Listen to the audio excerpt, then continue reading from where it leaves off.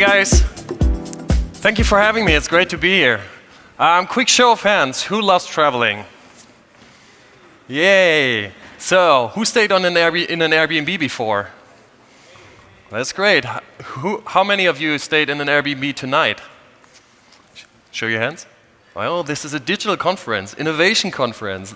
Next time I come here, be sure that there need to be more show hands. So today, I was asked to talk a bit about a people-powered platform and what that means, a people-powered business, how Airbnb grew as a people-powered business. And I brought some slides because we think that the collective ownership, so sharing economy is here to stay. It's already there, and there are huge amounts of people using it, like traveling on Airbnb, but sharing things on other platforms as well. I want to run you through like 4 main criteria which we think are fundamental for the success of Airbnb, but just shortly, and then I really deep dive into Airbnb and what makes Airbnb a people-powered platform. So, where we believe are 4 major trends. One is the demographical trend that you can see over here of the current workforce, and as well the current population who's traveling are already above 30% millennials. And millennials come with a special need of authenticity and individual travel.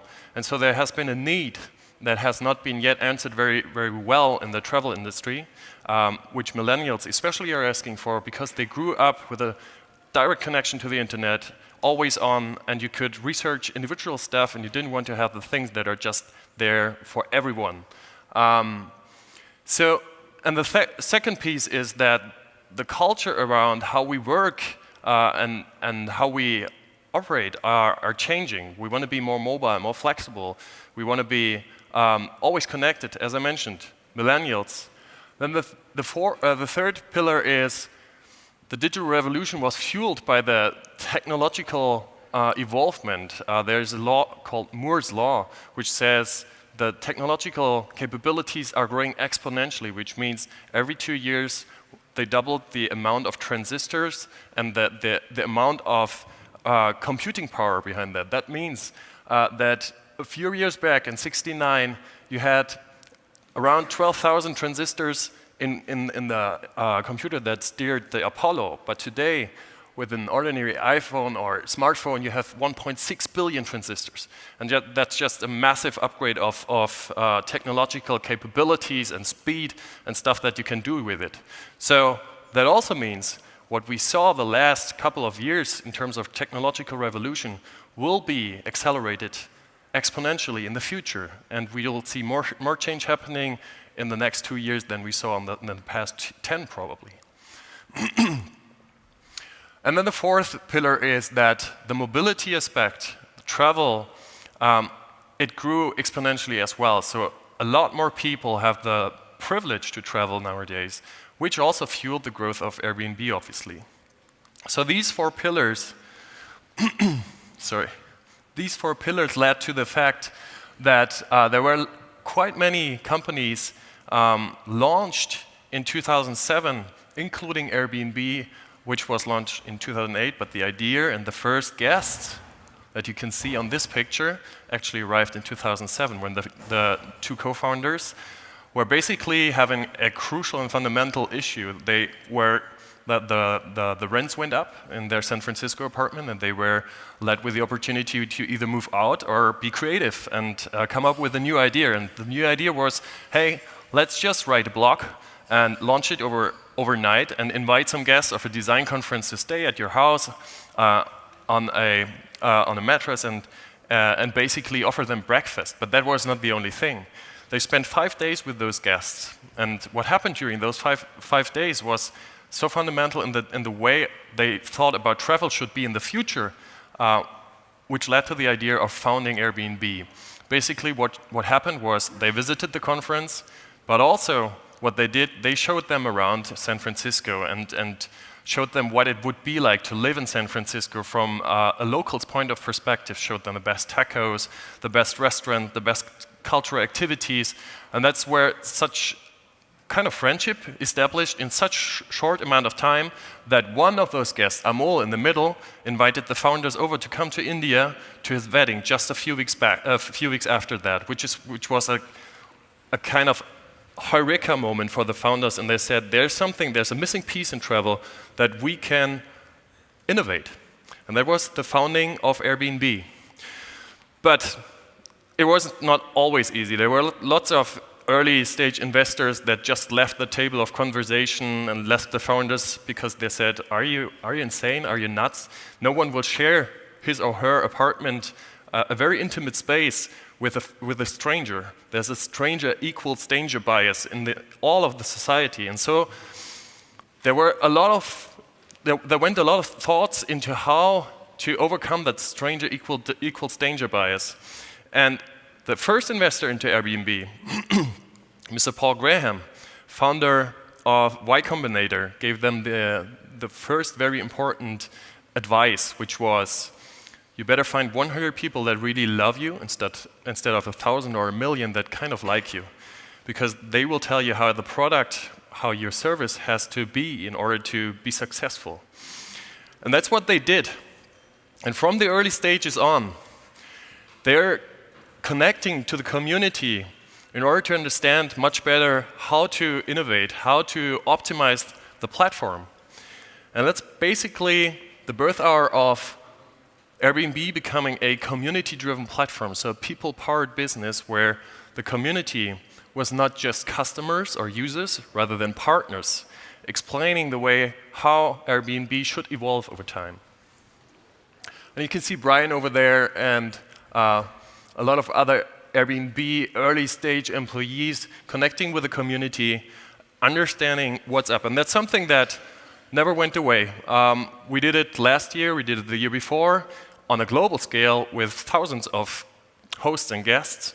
They're invited to sessions on what's coming up, but also what should be coming up. And we come back to that later.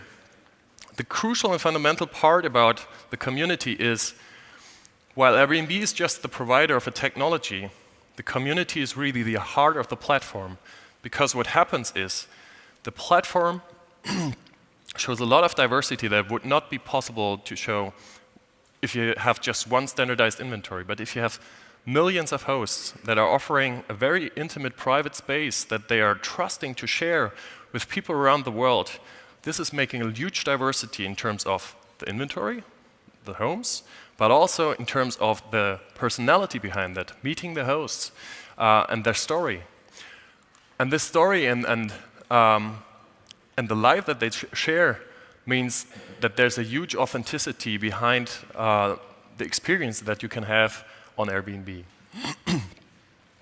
And that's why people around the world started sharing and offering their apartment to other guests traveling around the world. So you're traveling to Japan, you've never been there before, arriving late night, you don't speak the language, and still you trust that this would be a good experience because of a review system built into the technology that tells you this will be a good experience because 10 guests that didn't speak Japan, they arrived before you at that host, and that host turns out to be an excellent host. And so, as we're just offering the technology, we're an online company, but the magic happens offline, where guests and hosts connect, where the host opens the door for the very first time. Now, as I was mentioning, we kept that idea of meeting with the community, of understanding what's on the mind of the community. And last year in November, we built upon what we heard the year before, and we launched trips, experiences. Experiences is something you'll see in just a second, but it was basically an idea that was generated out of the feedback of the community. And I brought a little video that explains what experiences is as a next step in terms of people-powered platform, community-driven platform.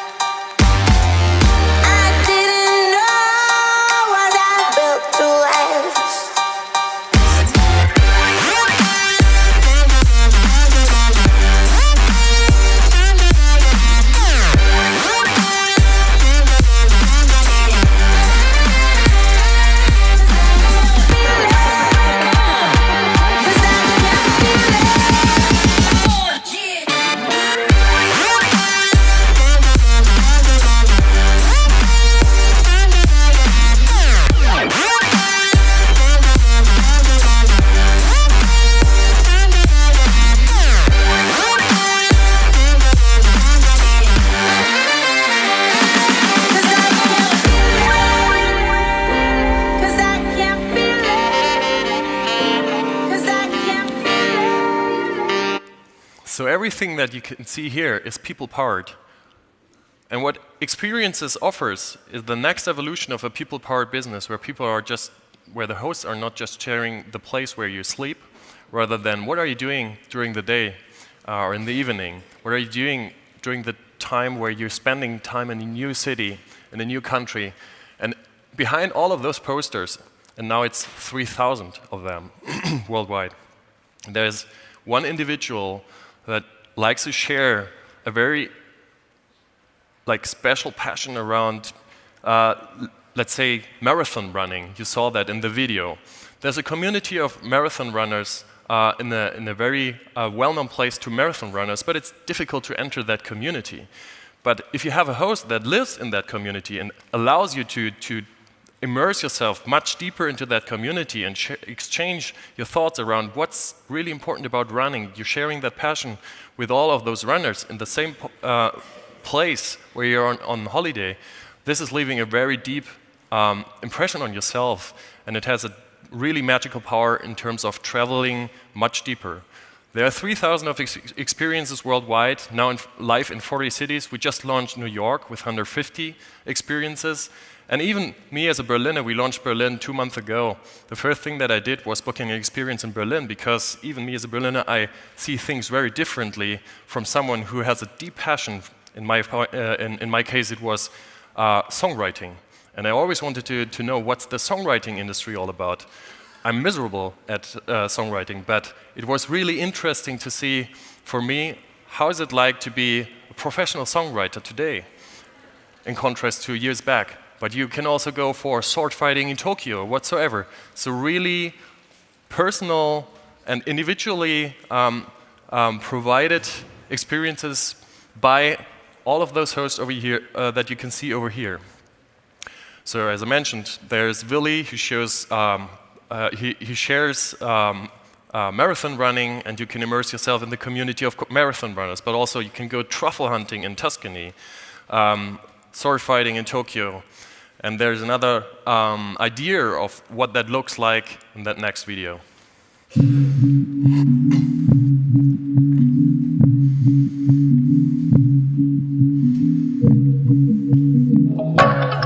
we say that? 1, 2, 3, 4. Passå.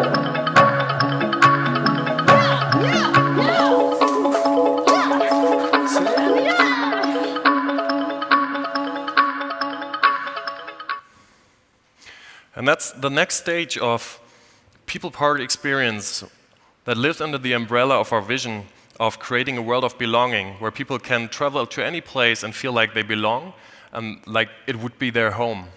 And to have an experience that you can book out of one app and experience out of one app. This is really what our mission is in order to have one-stop shop for a really good experience. Today, this people-powered approach brought us to 4 million listings worldwide, 196 countries, as well as 200 million guest arrivals so far. And that means there's a positive change at large scale. There's a lot around sustainability and so on, but the most important piece is connecting to people around the world in a time where people are kind of moving apart rather than closer together. And this is really bridging cultures around the world where without the digital aspect, without the platform, it would have been difficult to make that experience. As I mentioned, travel to Japan without knowing anyone and the language would probably not have been something I would do if there's not the digital platform that enables you to do that. So that was a quick look out into people-powered platforms. If you have any questions, please let me know and approach me later. Thanks very much.